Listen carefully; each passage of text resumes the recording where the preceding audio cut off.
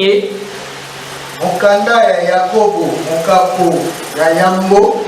Et nous allons lire juste le verset 5.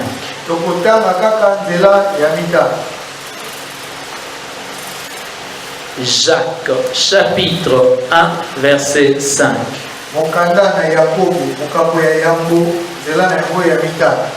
Si quelqu'un d'entre vous manque de sagesse, qu'il la demande à Dieu qui donne à tous simplement et sans reproche, et elle lui sera donnée. Nous allons dans Proverbe au chapitre 8. Proverbe 8.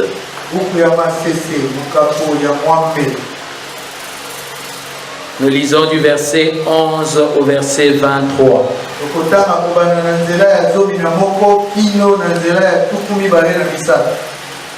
Proverbe 8, 11 à 23, nous lisons.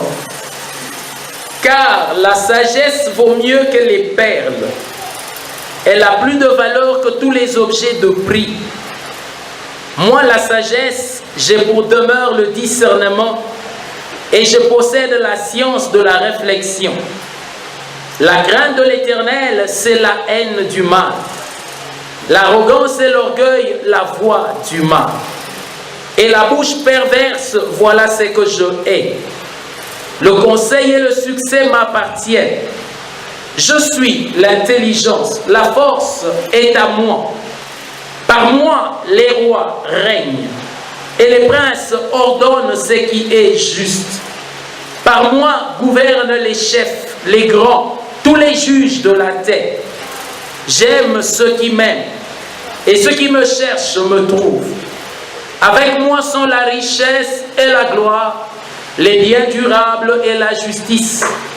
Mon fruit est meilleur que l'or pur, et mon produit est préférable à l'argent. Je marche dans le chemin de la justice, au milieu des sentiers de la droiture, pour donner des biens à ceux qui m'aiment et pour remplir leurs trésors.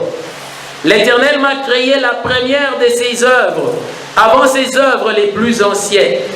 J'ai été établi depuis l'éternité, dès le commencement, avant l'origine de la terre. Amen. Est-ce que tu peux dire bon appétit à ton voisin?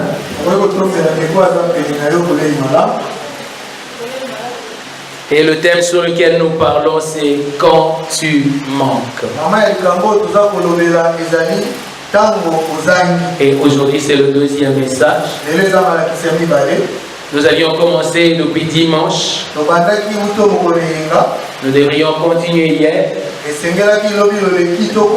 Mais à cause des circonstances indépendantes de notre volonté, nous n'avons pas pu être là. Mais nous commençons quand même aujourd'hui. J'ai appris à rendre grâce à Dieu en toutes circonstances. Alléluia. Parce qu'il n'y a rien qui échappe au contrôle de Dieu. Alléluia. Peut-être que cela a été pour susciter l'intercession dans certains cœurs pour pouvoir prier qu'on ait un lieu à nous.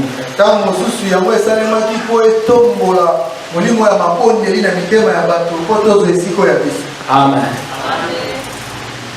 Le dimanche, nous allons commencer à parler sur l'attitude que nous avons quand nous manquons.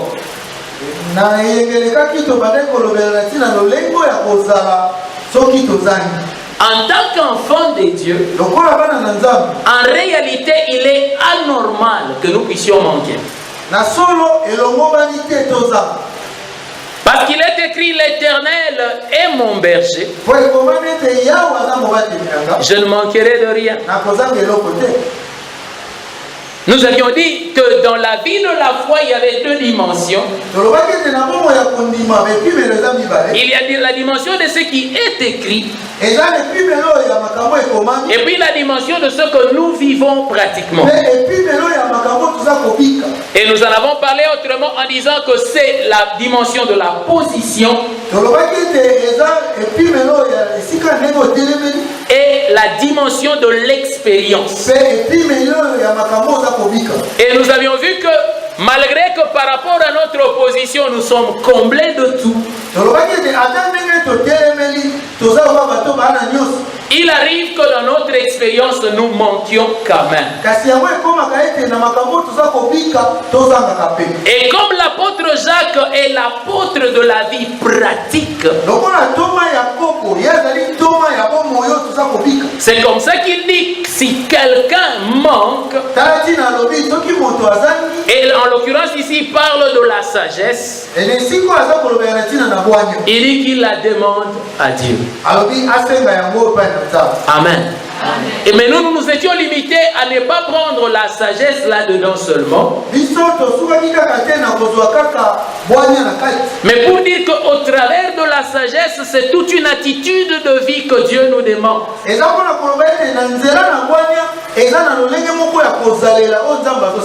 Qu'est-ce que nous faisons lorsque nous manquons? Le premier cri que nous avons, c'est de pouvoir dire que Dieu nous a abandonnés. Et c'est le moment que nous profitons pour nous élever en inquiétude et en toutes sortes de soucis.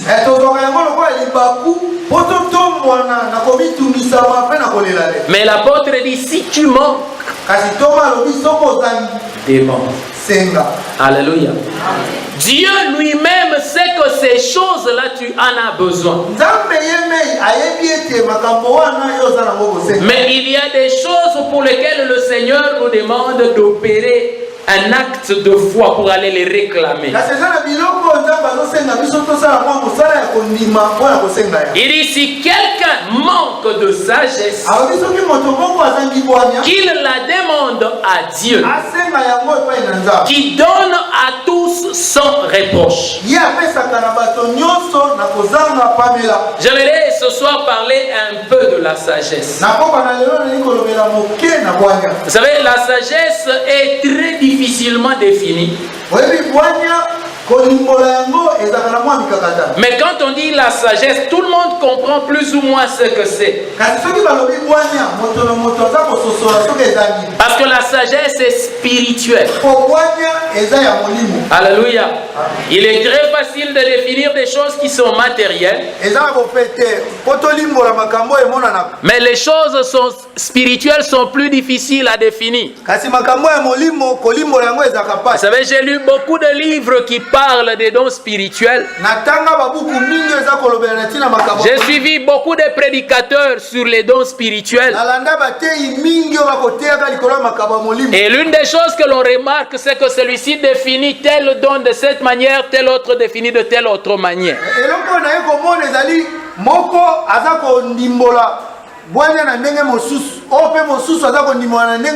Alléluia.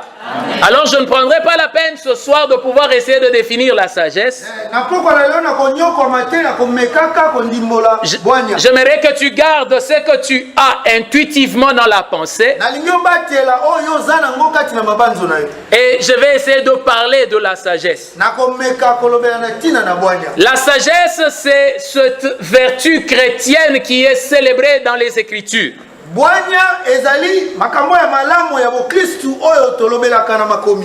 parle à beaucoup de bien. La sagesse a fait la grandeur de certains hommes dans les Écritures. On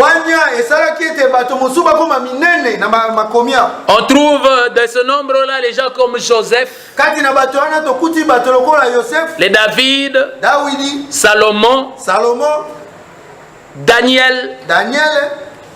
La Bible dit même que la femme qui est élevée, la femme honorable, c'est une femme sage. La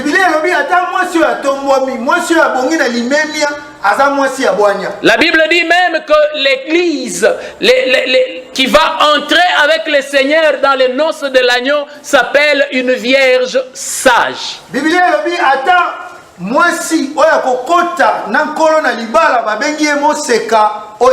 Donc la sagesse est attachée à tout ce qui est célébré dans les Écritures. Et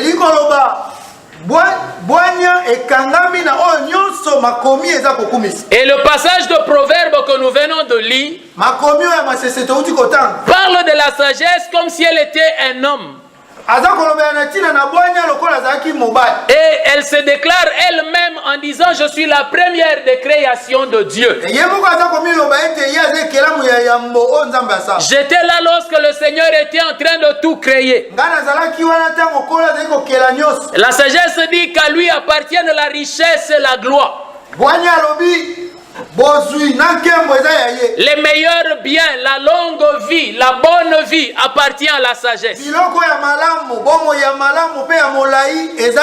Et elle dit d'elle-même qu'elle est attachée à la royauté. Que ceux qui règnent par elle. Il dit les rois, les princes prennent de bonnes décisions à cause de moi.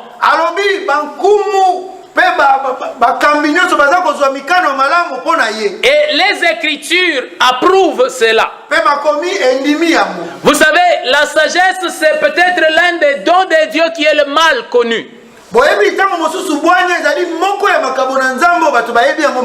La sagesse est le don que Dieu donne à ceux qui doivent régner ou conduire.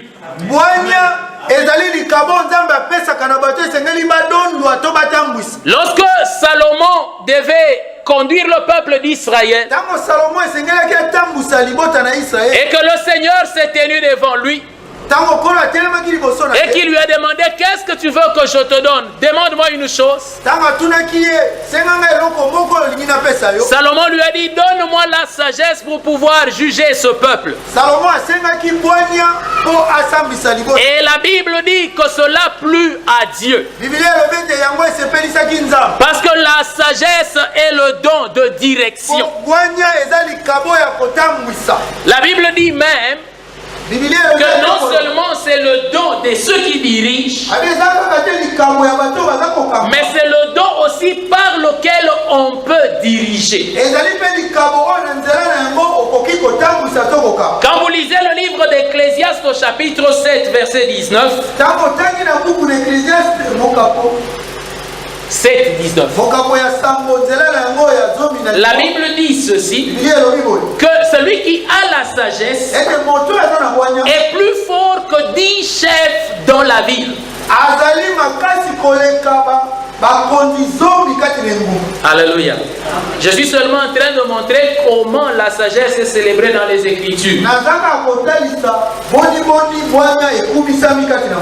un moment donné, le général de David était en train d'attaquer une ville. Il y avait dans cette ville-là un homme qui avait été rebelle à David. Et pendant qu'ils étaient sur le point de renverser les murailles de la ville,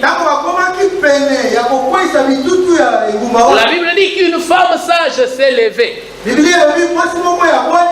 elle a parlé aux généraux. Elle a dit, mais pourquoi est-ce que vous allez renverser toute une ville? Dites-nous seulement votre besoin et on verra si on peut résoudre. Ils ont dit, donnez-nous cet homme, le nom c'est Chi. Bon, un homme là, son nom est parti. Ils ont dit, donnez-nous cet homme-là. La femme est entrée. Elle a parlé aux anciens de la ville. Ils ont coupé la tête de cet homme et ils l'ont livré au général Joab.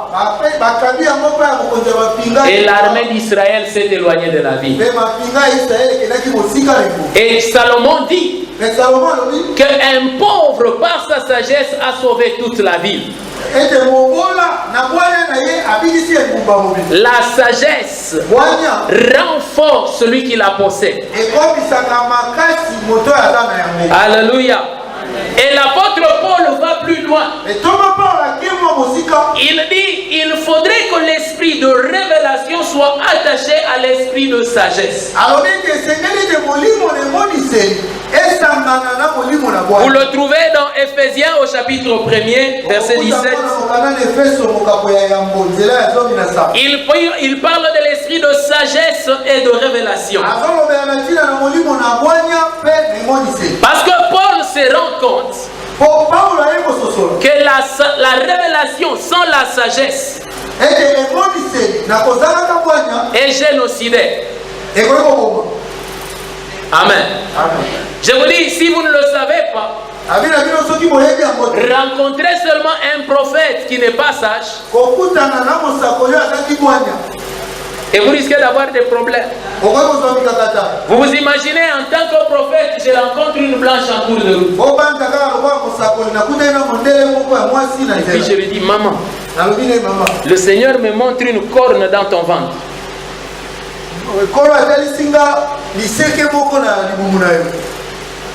Mais elle risque de se retourner aller chercher l'échographie. Vous savez, je me suis rendu compte que les dieux des cieux, chaque fois qu'ils nous parlent, ils nous parlent avec la sagesse. À un Africain, si tu dis, je vois une corne dans ton ventre, il comprend sans problème. Mais si tu dis cela à un blanc, il ne te comprend pas du tout. Amen. La sagesse est le don qui est attaché à l'exercice prophétique.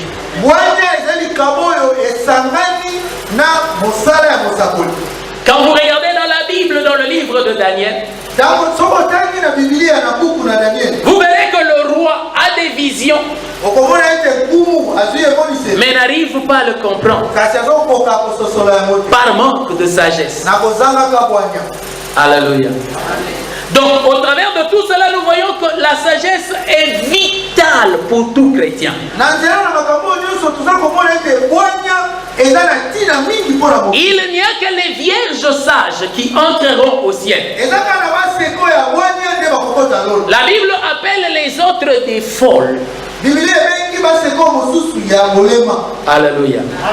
Mais j'aimerais que vous puissiez relever quelque chose ici. Celles-ci sont sages. Elles sont vierges. De l'autre côté, il y a leur opposé, disons, des folles. Mais elles sont aussi vierges. La seule différence entre les deux, c'est la sagesse. Amen. La sagesse, c'est celle qui nous permettra d'entrer au ciel. Qu'est-ce qui se passe? Celles-ci vivent. Et les autres vivent aussi. Donc même sans sagesse, on peut vivre. Alléluia. La Bible dit ceci.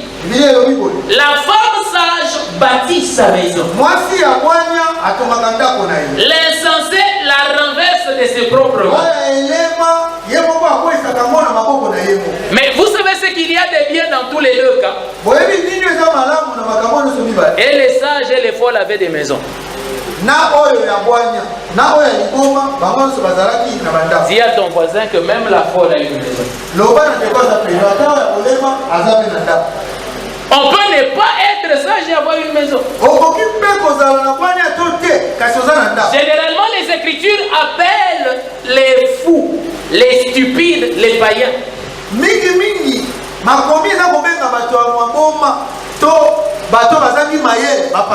Quand la sagesse parle dans Proverbe 8,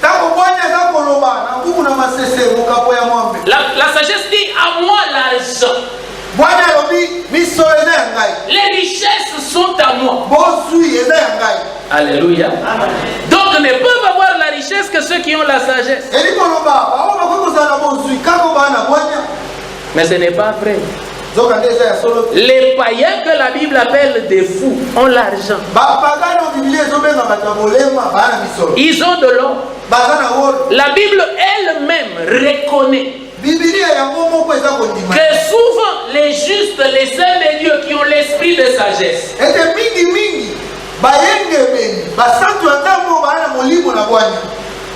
Salomon dit ceci, que Dieu donne aux méchants d'amasser. Dieu donne aux méchants d'amasser. C'est eux qui amassent. Donc c'est eux qui ont. Si je dis la vérité, dites-moi amen. Et au juste de pouvoir en jouir, au juste qui a la sagesse d'en jouir. Alléluia. Mais au moins la Bible reconnaît que le méchant a. Donc pour avoir l'argent, il ne faut pas nécessairement être sage. Souvent, les saints de Dieu dans les Écritures se plaignent d'une chose. Ils disent ceci: nous avons la sagesse, mais nous mourons de faim. Eux là, il y en a un qui dit même ils ont de l'embonpoint. Leurs enfants sont toujours en bonne santé. Ils dorment de la nuit jusqu'au matin sans cauchemar. Tandis que nous qui avons la sagesse, en pleine nuit on se réveille et on se met à chasser. Alléluia. Donc pour avoir, on n'a pas seulement besoin de la sagesse. Amen. La Bible reconnaît aussi que pour avoir la sagesse, on n'est pas obligé d'être avec Dieu. Alléluia. Quand vous lisez dans un roi,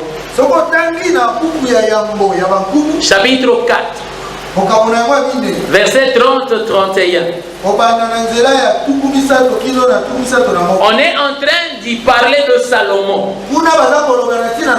Mais on dit qu'en dehors de Salomon, en ce temps-là, il y avait d'autres sages. Et on les trouvait parmi les fils de l'Orient, de l'Est, et parmi les Égyptiens. Alléluia.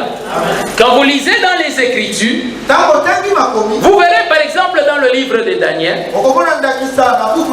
que Daniel n'était pas le seul sage dans la cour du roi,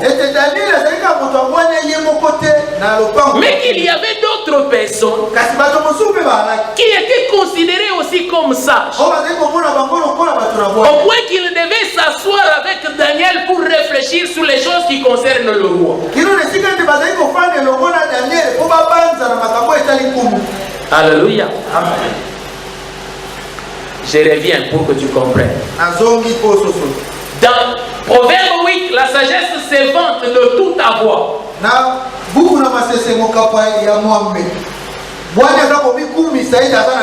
La Bible dit amen, c'est vrai, il faut avoir la sagesse.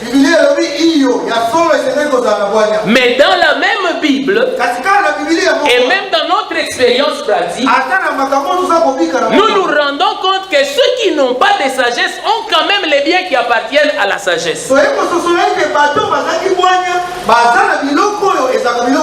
Et puis nous comprenons aussi qu'il y a des gens qui ont la sagesse sans pour autant la demander à Dieu. Alléluia. Du temps des Grecs, il y avait ce qu'on appelait la philosophie. Philosophie. Ça vient de philosophia. Amen. Et Sophia, c'est la sagesse. Donc c'était des écoles de sagesse. Il y avait des écoles où il suffisait de s'inscrire et puis quand tu terminais, tu étais sage. Mais comment l'apôtre Jacques dit, si quelqu'un manque de sagesse, qu'il la demande à Dieu.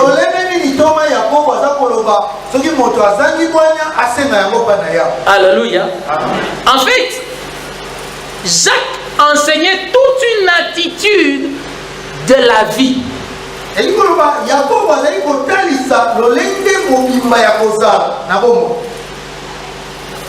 La sagesse est là. Elle procure tout ce qu'elle peut procurer.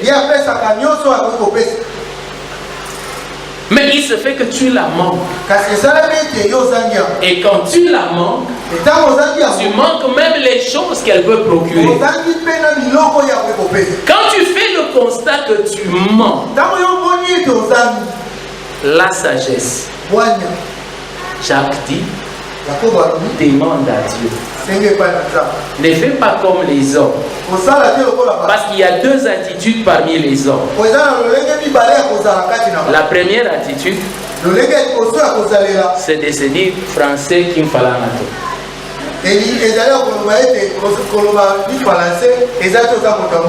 que j'ai la sagesse, que je ne l'ai pas. Je peux avoir l'argent. Que j'ai la sagesse ou pas, je peux ne pas manquer. Ça, c'est une première attitude où tu méprises complètement la sagesse. Je peux vivre sans ce que je manque. Parce que même si je manque ça, je continue à vivre. Il y a une deuxième attitude parmi les hommes. C'est de se dire, je peux aussi avoir ça, mais autrement qu'en demandant à Dieu. Alléluia. Je parle de la sagesse, n'est-ce pas? Mais remets-toi par rapport à tout autre besoin de la vie. On peut agir de la même manière. Je manque et puis je m'en fous. Alléluia. Est-ce que vous me comprenez? Je peux manquer et puis je m'en fous de manquer. Ou deuxièmement, je peux manquer et chercher à avoir par une autre voie que demander à Dieu. Alléluia. Amen. Mais pourquoi est-ce que Jacques dit il faut la demander à Dieu? Lorsque tu te rends compte que quelque chose a de la valeur, même dans les voies de Dieu, parce que tout ce qui est l'objet d'une promesse de la part du Seigneur a de la valeur aux yeux des dieux. La Bible dit ceci: sa divine puissance nous a donné tout ce qui contribue à la vie et à la piété. Elle dit la piété a les promesses de la vie présente et de la vie à venir.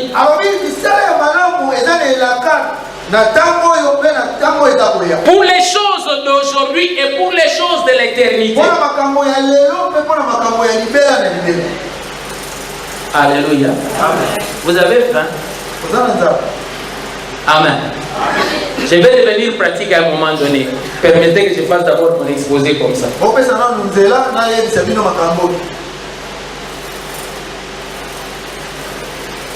La piété a les promesses de la vie présente et de la vie future. Alors Jacques dit ceci: quand vous vous rendez compte que quelque chose vous manque et que cette chose-là fait partie des biens dont vous avez besoin et qui est estimé dans le royaume, qui est estimé dans le royaume, tu as bien parlé, ne t'en fais pas. Alors fais ceci: rentre vers Dieu et demande. Rejette les deux attitudes. C'est de se dire je m'en fous, ou alors de dire je vais trouver ça mais autrement. Alléluia. Deux attitudes à refuser. Je m'en fous, ou alors je vais chercher ça autrement. Parce que c'est cela qui perd les enfants de Dieu. Il dit quand tu te rends compte que cela te manque, entre dans la présence de Dieu. Demande à Dieu. Recherche cela auprès du Seigneur. Ne te mets pas dans une attitude de passivité, dans une attitude de paresse. Et tu te dis, ah, non, non. Mais ne te mets pas non plus dans l'attitude d'aller chercher ça ailleurs. Un jour, Satan a pris Jésus et puis il lui a montré la gloire des nations. Il lui a dit, tu n'as pas besoin de la sagesse pour avoir tout ça. Viens chez moi, adore-moi et je vais te donner tout ça. Satan a osé le dire à Jésus. Donc s'il a dit à Jésus, qui es-tu pour qu'il ne te le dise pas? Quand tu manques, il se fait que tu manques. Il se fait. Alléluia. Amen. Ne va pas dans ces deux attitudes de te dire je m'en fous, ou alors de dire je peux trouver ça autrement. Va auprès de Dieu. Vous savez, le jour où Satan est venu tenter Ève, il n'a joué que sur une chose, ce qui manque. Il lui a dit, Dieu sait que ce qui vous manque, c'est la dimension de la divinité. Et sur le champ, Ève n'a pas compris d'où vient la tentation.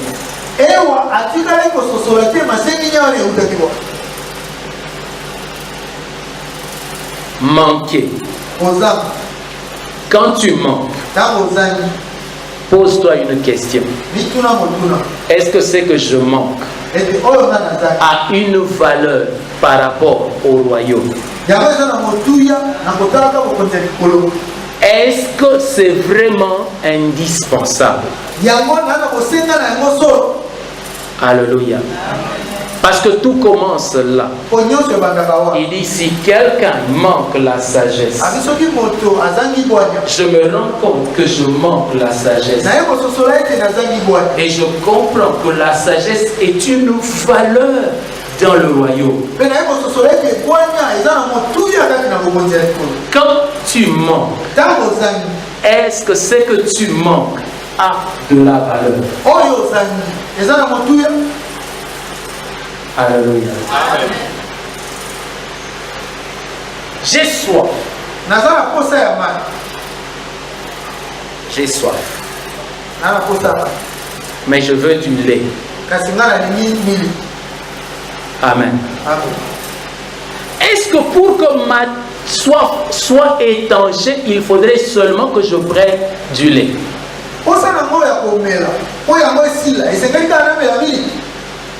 J'ai soif. J'ai marché sous une grande chaleur. J'ai envie d'une petite quartier très fraîche. Et vous savez, quand tu l'imagines, tu sens déjà comment ça va descendre. Quelqu'un disait même qu'elle est très légère dans la gorge. Non, posité. Alléluia. Amen. Mais est-ce que pour que la soif soit étanchée, il faut nécessairement une bière?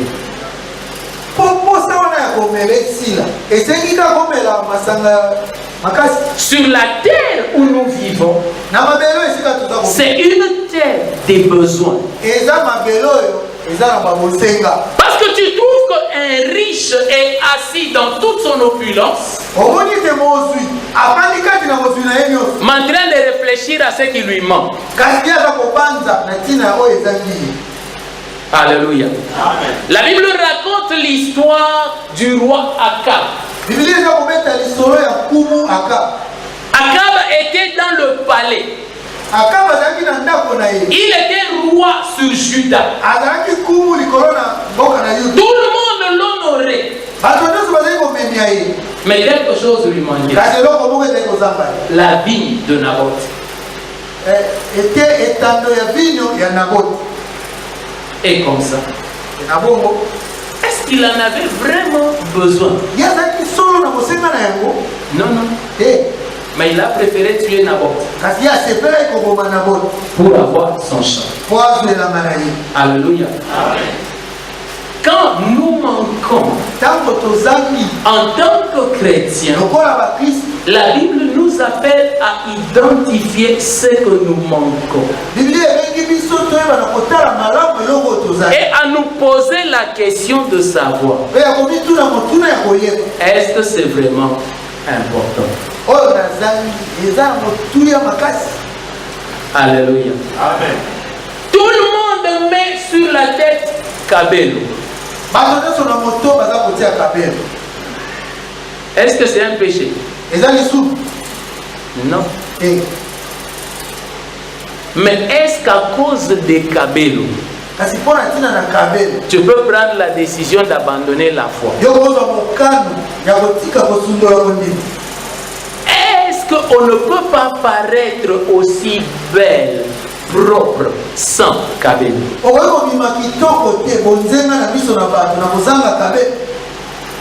Mais est-ce que pour avoir des Kabelo c'est un péché? Non. Alléluia. Amen. Un beau costume. Parce que sinon on va dire que j'ai attaqué les mamans.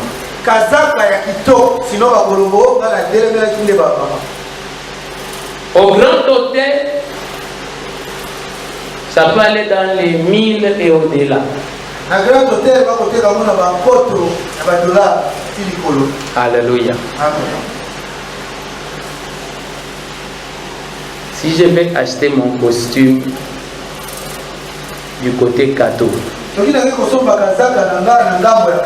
est-ce que je ne serai pas habillé?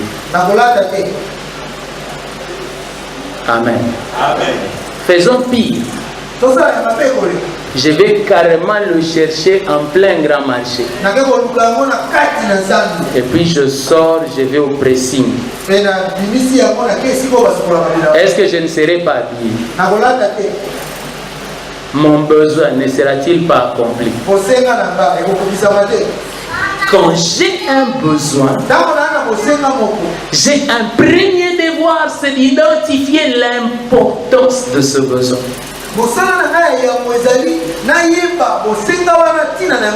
Le Seigneur dit ceci dans le livre de Jérémie. Il dit, si tu ne sais pas qu'est-ce qui est vil et qu'est-ce qui est précieux, tu ne peux pas être comme moi. Mais quand tu sais ce qui est vil et ce qui est précieux, alors ta bouche sera comme ma bouche. Alléluia. Ça c'est une première chose. Quand tu manques, demande-toi quelle est la valeur réelle de ton manque.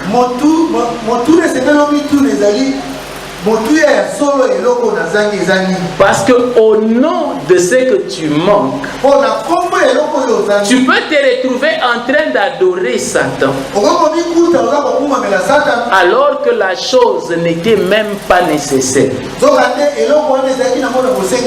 Pendant les jours de sa vie, Jésus-Christ n'avait pas la gloire des nations. Il n'avait pas de richesse. Il n'était pas estimé des rois.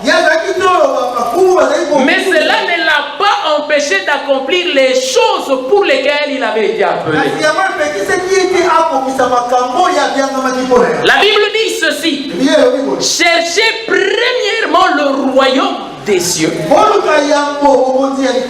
toutes choses vous seront données par-dessus. Il faut toujours toujours savoir identifier le besoin et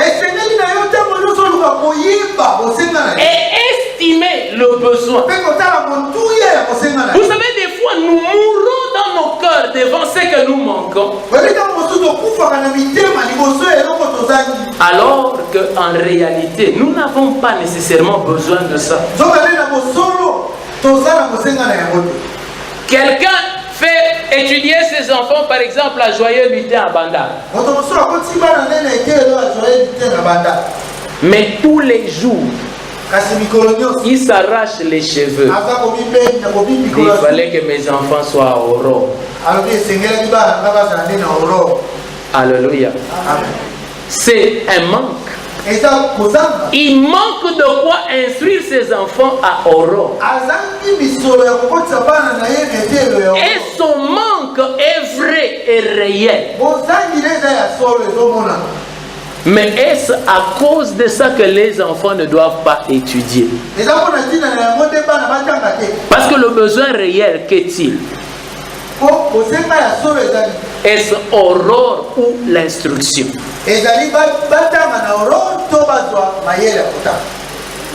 Parmi nous ici, il n'y en a que très peu qui ont étudié à Aurore. Combien ont étudié à l'école belge ici? Il y en a qu'une seule. Il y en a quand même. Ok. Nous autres, on n'a pas étudié là-bas.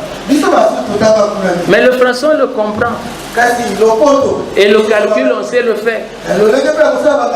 Alléluia. C'est vrai que quand j'entends la sœur Géry parler français, ma façon de parler français, c'est différent. Hein? L'essentiel est qu'on se comprend. Amen. L'essentiel est l'accessoire. La plus grande tentation de ce temps de la fin, c'est de faire paraître l'accessoire comme essentiel. Et vous ne pouvez pas savoir combien nous nous éloignons de Dieu, souvent à cause de l'accessoire. Combien de chrétiens souffrent dans leur cœur au nom de l'accessoire? Alléluia. Est-ce qu'il y a déjà eu des invitations où on dit si quelqu'un ne se maquille pas, il n'entrera pas dans cette fête?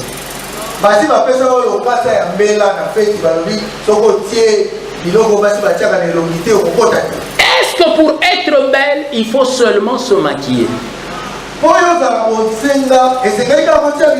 Mais vous ne pouvez pas savoir combien il y a des gens qui vendent même l'âme au diable. Je n'ai pas le maquillage de Naomi Campbell. Je n'irai pas à ça. On ne m'a pas acheté une nouvelle robe. Je ne sortirai pas. Alléluia. Je ne suis pas en train de parler de besoins matériels. Je vais pousser un peu plus loin. Et je vais maintenant être encore plus pratique. Il me manque quelque chose. Je ne parle pas en langue. Est-ce que ça peut m'empêcher d'être chrétien? Je peux m'en foutre et ne pas m'en préoccuper. Mais c'est comme la sagesse. La chose, je peux vivre sans ça. Mais pourtant, elle a de la valeur aux yeux de Dieu. Rien que parce qu'elle a de la valeur aux yeux de Dieu. Alors je vais la demander. Je ne lâcherai pas que je l'ai eu. C'est cela que Jacques dit. Si quelqu'un manque la sagesse, quand c'est que je manque a de la valeur aux yeux de Dieu, alors je la rechercherai. Vivre sans voir les signes et les miracles, est-ce que c'est un problème?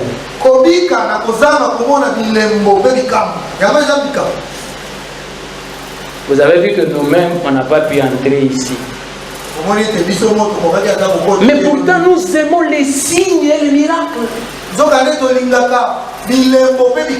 Je vous assure que quand il y a séminaire à Centenaire, il ne rate pas un jour à cause de la DGI.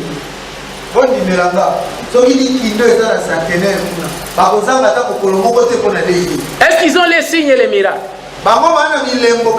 Est-ce qu'ils les recherchent? Donc même sans les signes et les miracles, on peut vivre. Mais nous, on a compris. Ces choses font partie de la promesse de Dieu. Et comme ça fait partie de la promesse de Dieu, alors je n'accepterai pas de vivre en les manquant. Ce qui me pousse à les rechercher, c'est seulement le prix que cela a aux yeux. Alléluia. Est-ce que vous pensez que celui qui est malade et qui va se faire guérir à l'hôpital n'est pas guéri?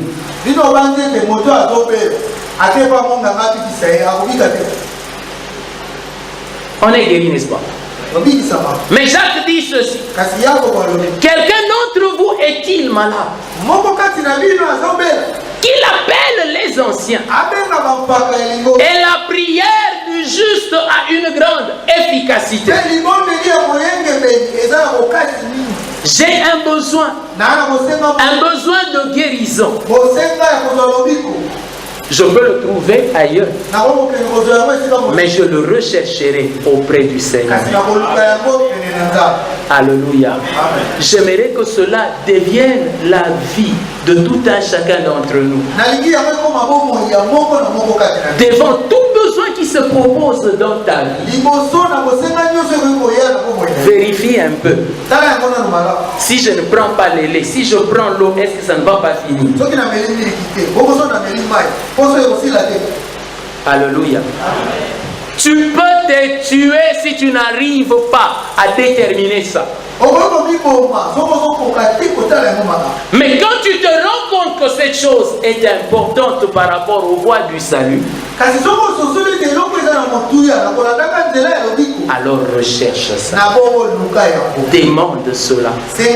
Jésus dit, prie et prie sans cesse. Bouge le trône de Dieu jusqu'à ce que le Seigneur te l'accorde. Parce que cela est utile pour ta vie. Parce que cela est important. Paul dit, tout est bien, mais tout n'est pas utile. Il y a des choses inutiles pour lesquelles nous sommes en train de nous angoisser. Ce n'est pas que c'est complètement inutile, mais on peut s'en passer. Quand tu manques, toi en tant que chrétien, quelle est ton attitude? Alléluia. Est-ce que tu peux poser la question à ton voisin?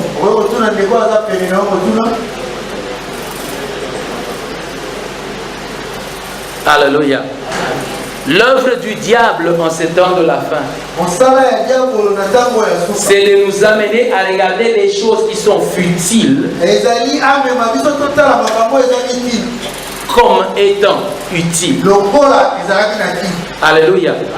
Vous savez que des fois, les combats des humains, des chrétiens pour la délivrance,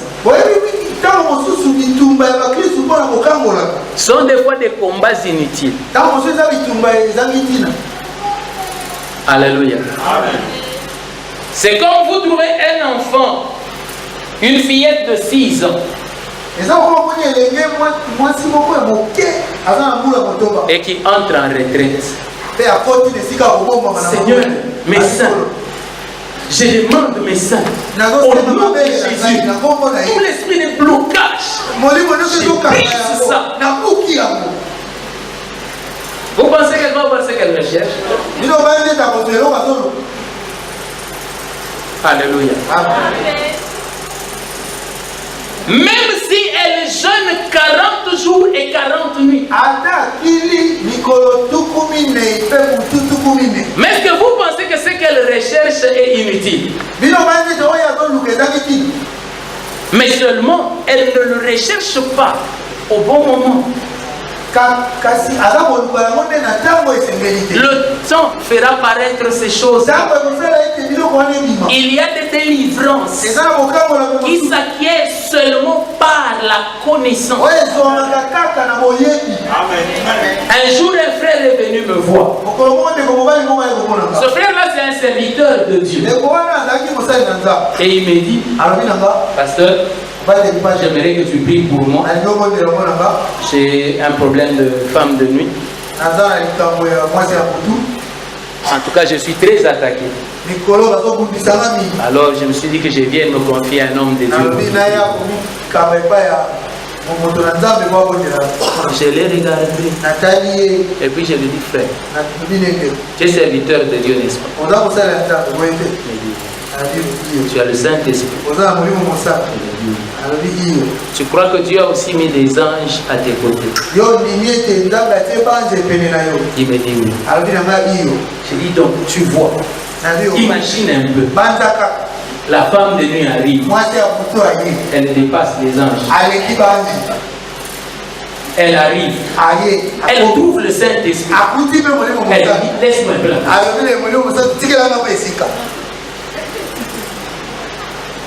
Le frère est sorti délivré.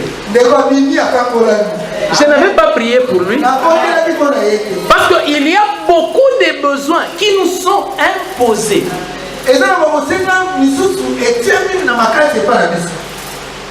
Alléluia. Vous savez que par le jeans, le pantalon jeans, c'est toute une philosophie de colonisation des États-Unis. Difficilement dans le monde vous pouvez trouver un pays qui est contre les États-Unis. Regarde un peu l'image type que tu te fais de l'Américain. Casquette. Et en plus, la casquette qui est bien assise là. Avec un peu comme ça. Polo. Tu vois, le polo là est rond ici. Il n'est pas fatigué. Et les couleurs sont toujours belles. Et son jean est bien assis. Le jour où il décide de faire descendre le jean, nous le descendons. Le jour où il décide de le plier, nous le plions. Mais est-ce que vous pensez que sans plier, le jean ne sera pas un jean? Demande-toi les besoins que tu as. Sont-ils des vrais besoins? Seigneur, je n'ai pas de voiture, Seigneur. Et pourtant, je suis ton enfant. Tous les jours, je vois les païens en train de passer. Est-ce que tu as réellement besoin d'une voiture? Un jour, un assistant nous a posé une question. Est-ce qu'on ne peut pas vivre sans électricité?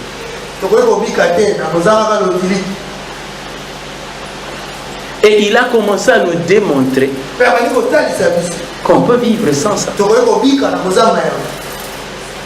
Amen. Oh non, pasteur, comment on va charger les téléphones?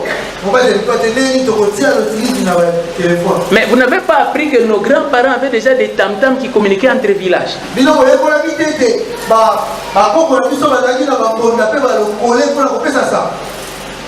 Ça les empêchait de communiquer.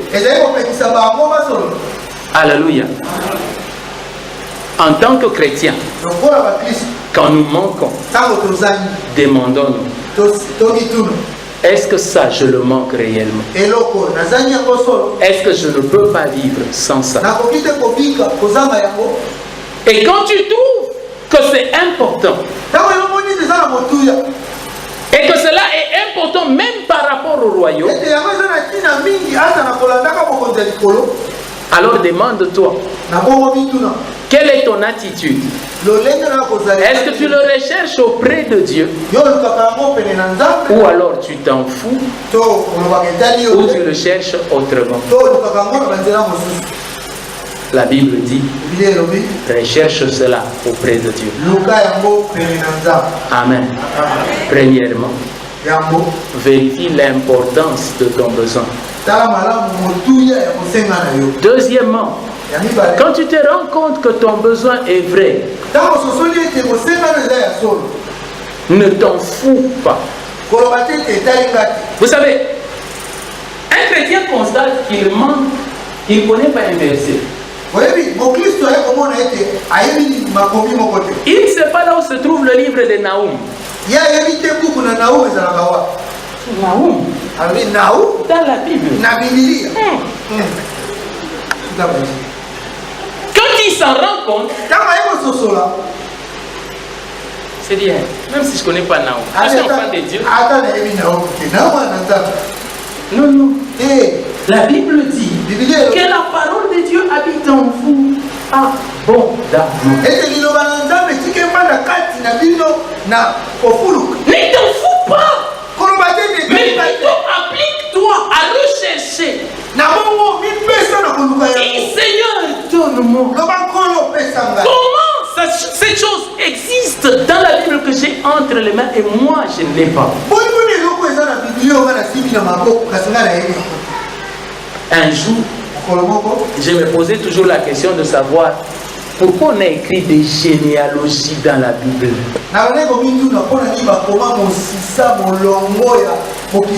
Généalogie de Jésus-Christ, fils de David. Fils de.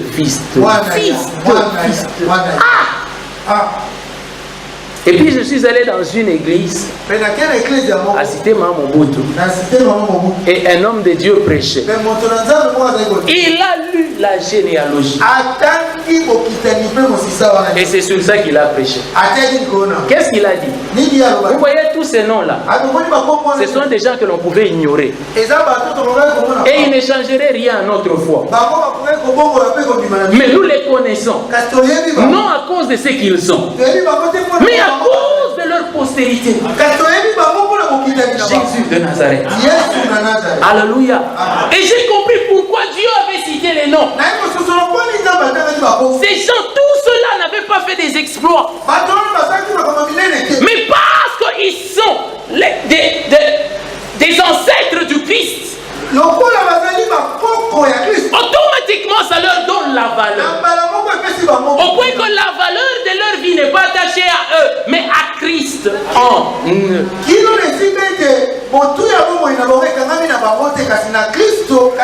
J'avais jugé inutile de comprendre la généalogie. Dieu, ça aussi, tu pouvais éviter d'écrire ça. Non, demande à Dieu. Alléluia. Je n'ai pas dit que la délivrance était inutile. Quand tu te rends compte que tu as un problème de délivrance, frère, vous pensez qu'il y a des gens qui ne sont pas mariés avec un mari ou une femme de nuit?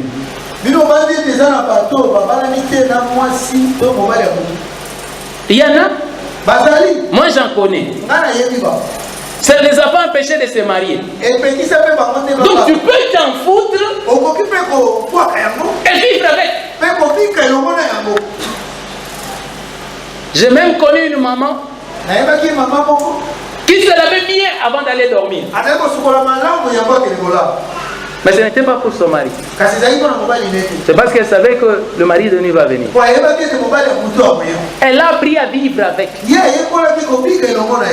Alléluia. Mais quand on sait que ces choses-là font partie de ton héritage, alors